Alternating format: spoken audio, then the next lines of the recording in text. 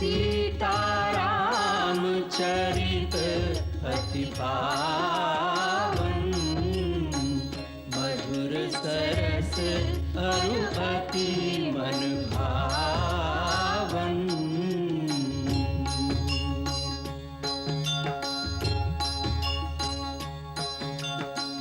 पुनि पुनि कितने हो सुने सुनाए, ये की प्यास बुझत न बुझाए।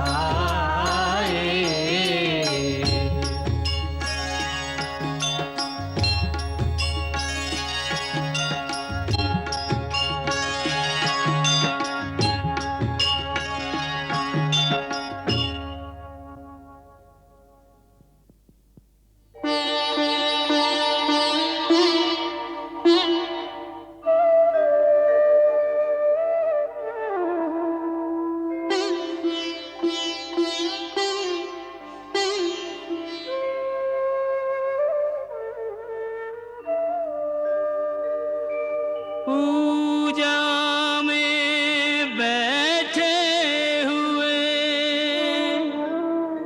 नहीं पूजा में ध्यान, रघुकुल दिन मणि राम की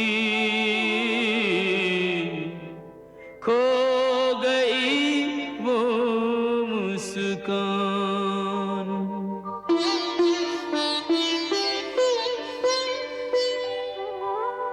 सीता सोच रही सीतापति क्यों इतने चिंतित हैं, सुदृढ़ सुमेरु समान नाथ किस आंधी से विचलित हैं। प्रजाजनों से मिलकर रघुवर घर लौटे हैं जब से, पीड़ित क्षुब्ध उदास निरंतर रहते हैं प्रभु तब से।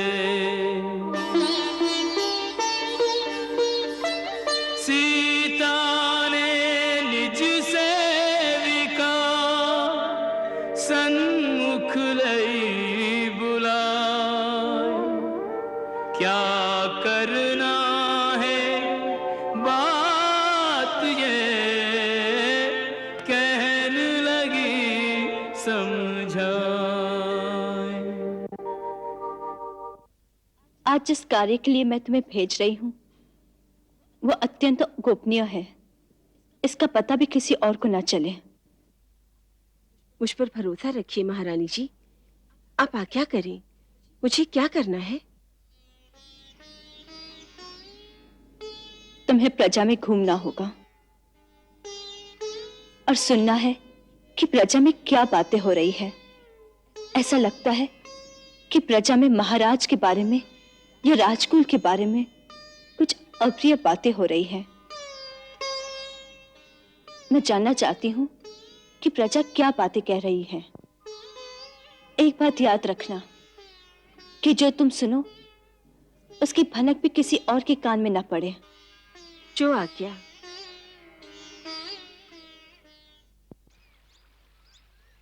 गुरुदेव, महाराजा रामचंद्र जी दर्शनों के लिए पधारे हैं। उन्हें आदर से यहीं ले आओ। जी गुरुदेव।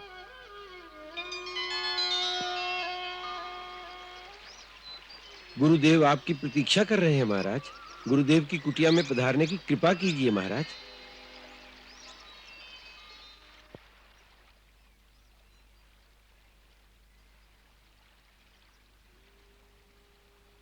कीर्तिमान भव। आपका स्वागत है राजन, आसन ग्रहण कीजिए।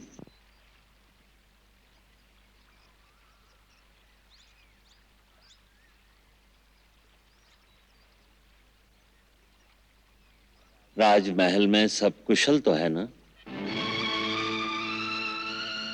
आपके आशीर्वाद से चहु और कुशल है, परंतु परंतु क्या? गुरुदेव, हमारा मन बहुत विचलित है। एक अशांति ने घेर लिया है हमारे मन को। गुरु चरणों की छाया में शांति मिलेगी, इसी अपेक्षा से हम आपकी शरण में आए हैं। राजा का मन विचलित है, यह शुभ संकेत नहीं है। राजा का मन तो एक चट्टान की भांति अटल और अचल होना चाहिए, क्योंकि उसको बड़े महत्वपूर्ण निर्णय करने होते हैं। राजा के निर्णय पर धरती के लाखों प्राणियों का सुख दुख निर्भर होता है। इसलिए आवश्यक है कि राजा का चित्त स्थिर और शांत रहे। मन के विचलित होने का एक ही कारण होता है, मोह। किसी वस्तु से, किसी प्राणी से, अपने सुख अथवा अपने जीवन से ही अधिक मोह हो जाने से चित्त में स्थिरता नहीं रहती। भय रहता है कि वो प्यारी वस्तु, वो प्राणी, वो सुख कहीं खो न जाए। कुछ खो जाने के भय से ही मन विचलित होता है।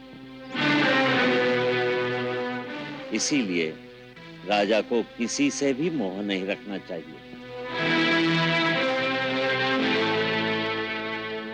तभी तो वो अपने कर्तव्य और न्याय के पथ पर दृढ़ रह सकता है। राजन, जो मोह का कारण है उसे त्याग दो, शांति मिलेगी।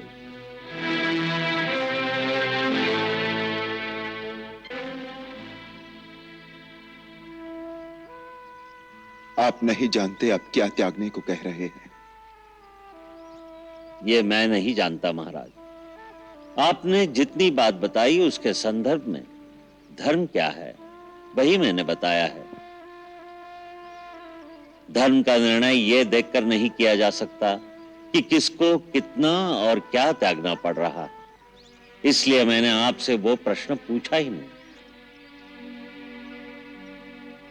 धर्म तो समस्त अवस्थाओं, बड़े छोटे, सबके लिए एक ही होता है। यह आपने सत्य कहा गुरुदेव, परंतु आपने गुरुकुल में एक बार कहा था कि धर्म कोई जड़ वस्तु नहीं है जिसे पत्थर की भांति जहां रख दिया वहां रुक गया। धर्म तो एक जीवित प्राणी की भांति हर पल हर घड़ी एक नई श्वास लेता है। उसके चरण समय के साथ आगे चलते हैं। उस युक्ति से तो किसी विशेष परिस्थिति में एक मानव का क्या कर्तव्य है, क्या धर्म है, उसे क्या त्यागना चाहिए, क्या रखना चाहिए, इसका ठीक निर्णय तो उसकी अपनी आत्मा ही कर सकती है। अवश्य। किस परिस्थिति में किस मानव का क्या धर्म है, क्या कर्तव्य है, इसका ठीक निर्णय उस मानव की अपनी आत्मा ही कर सकती है, क्योंकि वही उसके आगे पीछे के सब कर्मों की साक्षी है। आत्मा ही सबसे बड़ा गुरु है। इसलिए जो अपनी अंतरात्मा कहे वही धर्म है।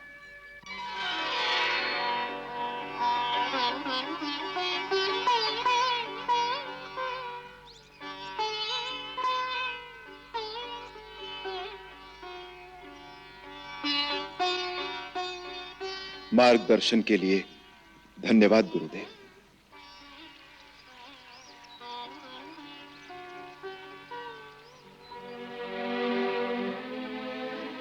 मुझे आशीर्वाद दीजिए कि मैं अपने कर्तव्य पथ पर दृढ़ रहूं, भले ही मुझे ये राजपाट क्यों न छोड़ना पड़े।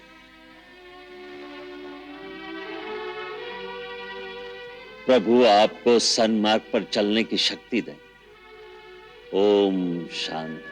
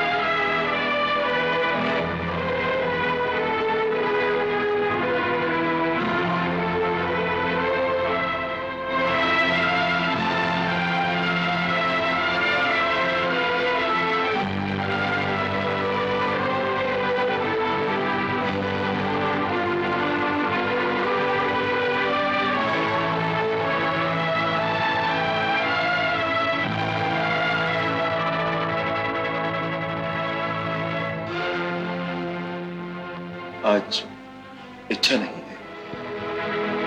थोड़ा तो खा लीजिए। रहने दो।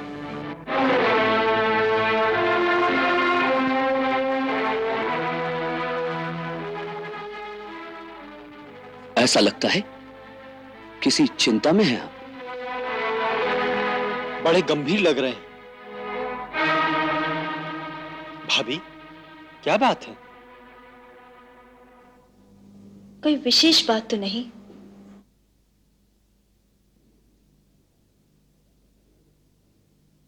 जो राजा बनता है उसके सिर पर सर्वदा कोई विशेष बोझ होता ही है। तुमने सच कहा भरत।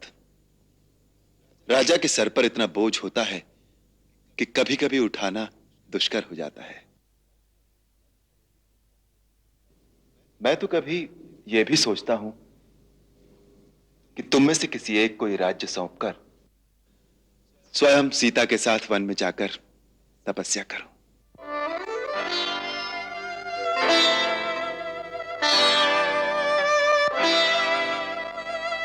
भरत, तुम्हें तो राज्य कार्य का अभ्यास भी हो चुका है, तुम्हारा चरित्र भी निर्मल है। तुम ही राजगद्दी संभाल लो तो अच्छा हो।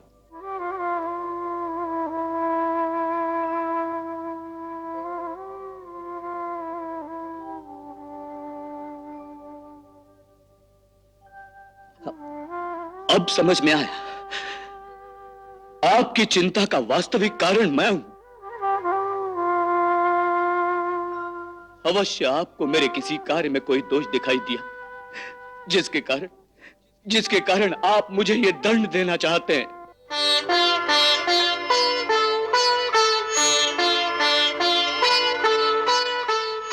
माता कैकेयी की एक भूल के कारण यह राज्य मेरे लिए कलंक का कारण बन गया था। फिर भी चित्रकूट में आपकी आज्ञा मानकर 14 वर्ष तक यह कलंक अपने माथे पर लेकर मैं जिया हूं।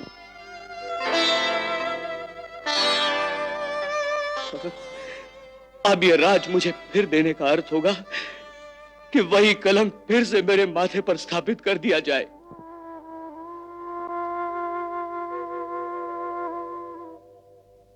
नहीं, मैं आत्महत्या कर लूंगा, परंतु यह कलंक फिर से अपने माथे पर नहीं लगने दूंगा।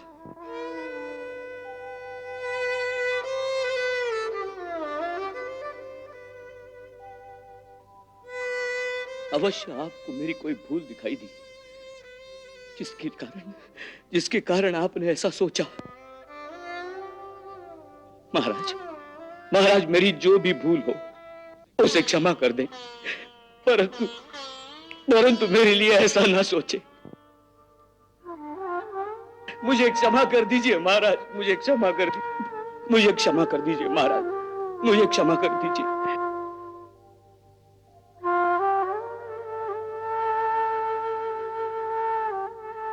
नहीं भरत, अरे पगले, मैं तो इसलिए कह रहा हूं कि मैं थक गया हूं। जिस दिन श्री राम थक जाएंगे उस दिन सूर्य और चंद्र भी थक जाएंगे।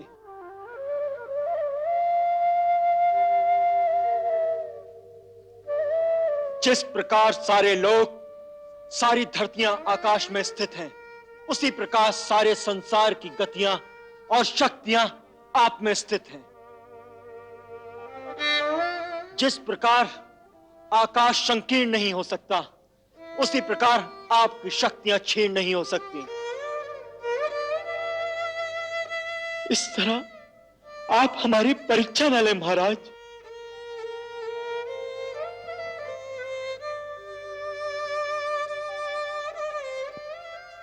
भैया, हमारा जन्म ही आपकी सेवा के लिए हुआ है। हमारा स्थान अपने चरणों में ही रहने दीजिए।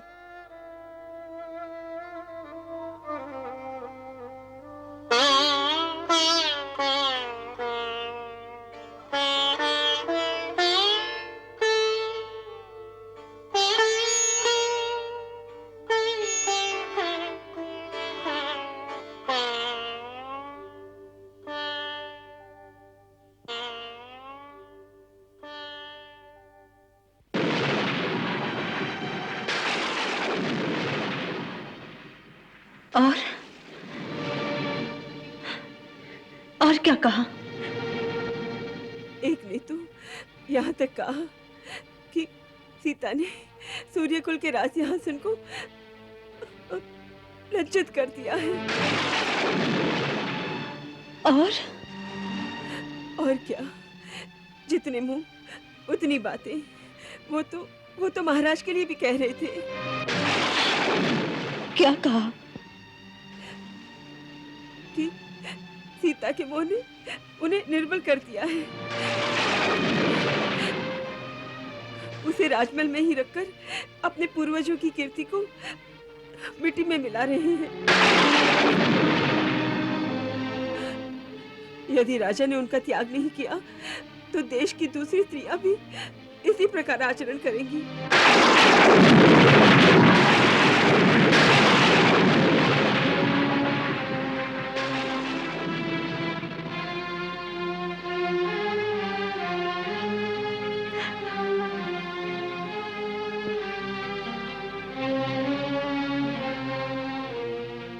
महारानी की जय हो। महारानी जी, कुमार लक्ष्मण आपके दर्शन की आज्ञा चाहते हैं।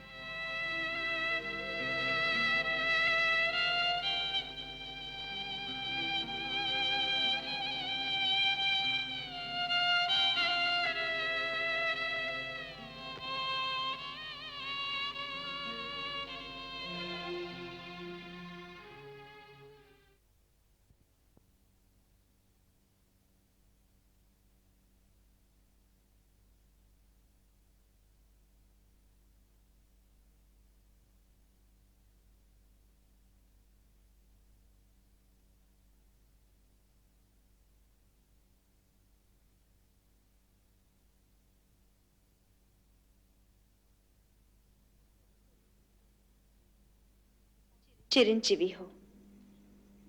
आसन ग्रहण करो देवर जी। नहीं भाभी, मैं आसन ग्रहण नहीं करूंगा। बहुत क्रोध में हो? कहो, क्या बात है? वो जो भैया कह रहे थे कि तुम लोग राज संभाल लो, मैं थक गया हूं। इसी बात का दुख है भाभी। ऐसी बात भैया यूं तो नहीं कह देंगे, अवश्य कुछ बात होगी। भरत भैया भी कह रहे थे, भैया ने अवश्य हमें कुछ खोट देखा है, तभी उन्होंने ऐसी बात सोची। हम तीनों भाइयों को रात भर नींद नहीं आई। किसने ऐसी भूल की, यही हम जानना चाहते हैं।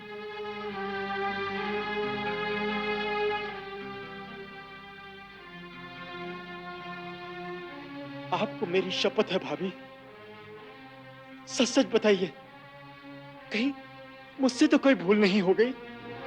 नहीं देवर जी, आपके कारण महाराज चिंतित नहीं है। आपसे तो कोई भूल हो ही नहीं सकती। नहीं भाभी, टालिए मत, सच सच कहिए। फिर भैया इतने विचलित क्यों हैं? आप तो भैया के हृदय की हर बात जानती हैं। अब ये धारणा सत्य नहीं है। अब आपके भैया महाराज हो गए हैं और महाराज के अंतर में छुपे हुए रहस्य को जानने का अधिकार और किसी को नहीं हो सकता। महाराज पधार रहे हैं। देवर भाभी में क्या मंत्रणा हो रही है?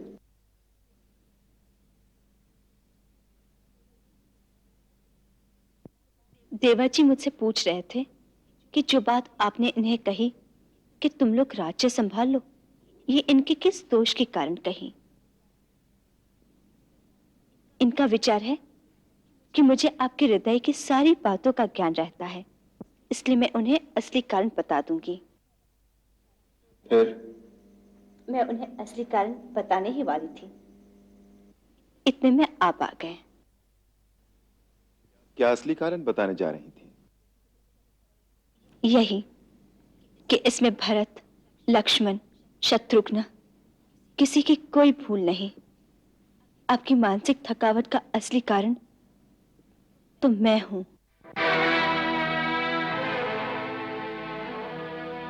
अर्थात?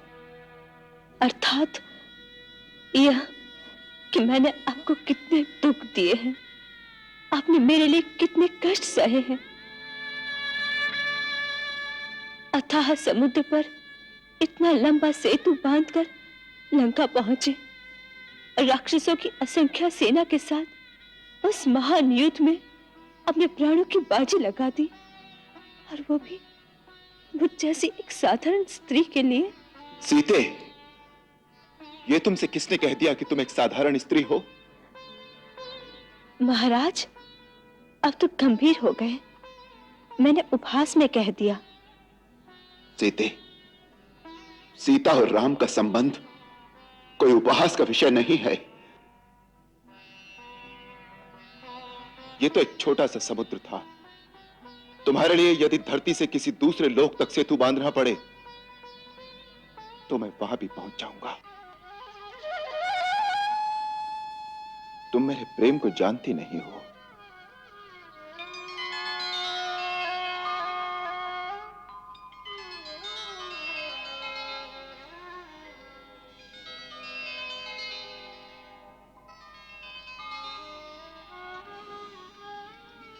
मैं जानती हूँ स्वामी, मैंने तो यूं ही कह दिया। मैं क्षमा चाहती हूँ।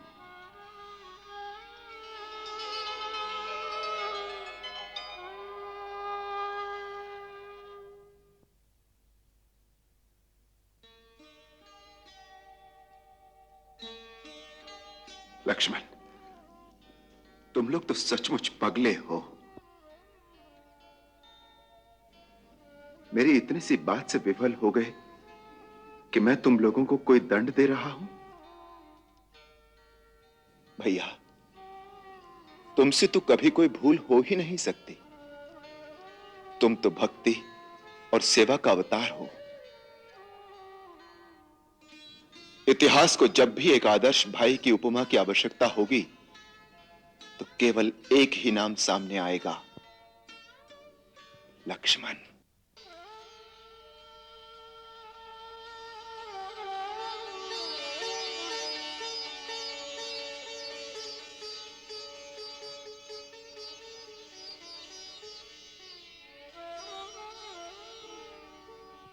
भैया,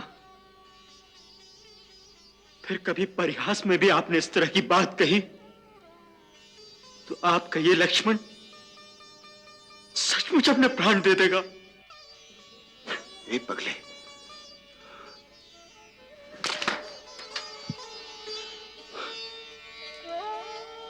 तू सचमुच पगला है रे, बिल्कुल।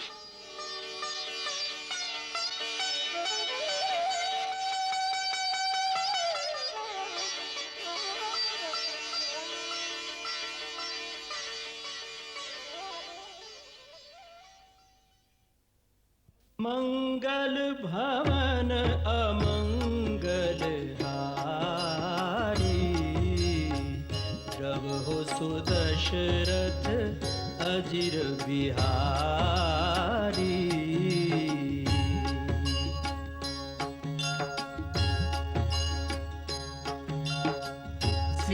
सीताराम चरित अति पावन, मधुर सरस अरु अति मन भावन।